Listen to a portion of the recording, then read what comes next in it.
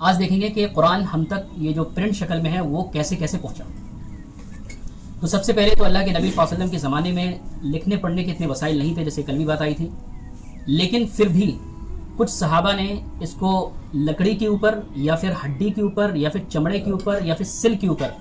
جس طریقے کے وہاں پہ ٹکڑے ہو سکتے تھے، ہر صحابی نے الگ الگ انداز میں اپنے پاس جو جو آیتیں تھیں اس نے لکھ لی تھی۔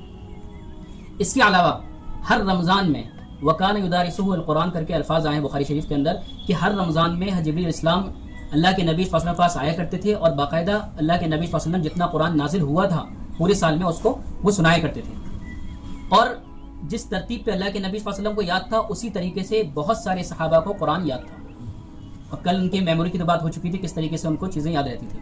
تو اللہ کے نبی صلی اللہ علیہ وسلم کے زمانے میں سینکڑوں صحابہ حافظ تھے، سینکڑوں۔ اس لیے اللہ کے نبی صلی اللہ علیہ وسلم نے کبھی اس کی طرف توجہ نہیں دی، نہ تو اس ٹائم پہ وسائل تھے کہ اس کو جو ہے کاغذ پہ لکھا جائے۔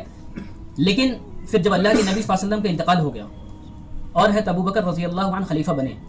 تو ان کے زمانے میں جنگ ہوئی جس میں 70 صحابہ جو حافظ تھے شہید ہو گئے۔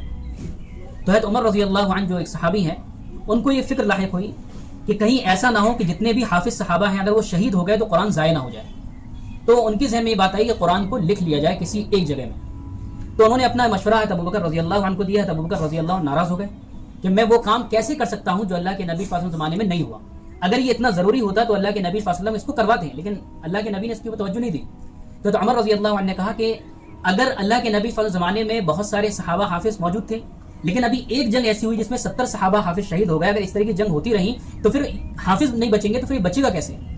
پھر اس کے بعد حضرت ابو بکر رضی اللہ عنہ کو بھی خواب کے اندر اور پھر ان کا دل اس پر مطمئن ہوا کہ اس کو جمع کر لیا جائے۔ پھر ابو بکر رضی اللہ عنہ جو خلیفہ تھے انہوں نے باقاعدہ ایک ٹیم بنائی 40 صحابہ کی، 40 صحابہ کی ٹیم بنی جو سارے کے سارے حافظ تھے، اور اس ٹیم کا جو چیف بنایا وہ بنایا زید بن ثابت رضی اللہ عنہ کو۔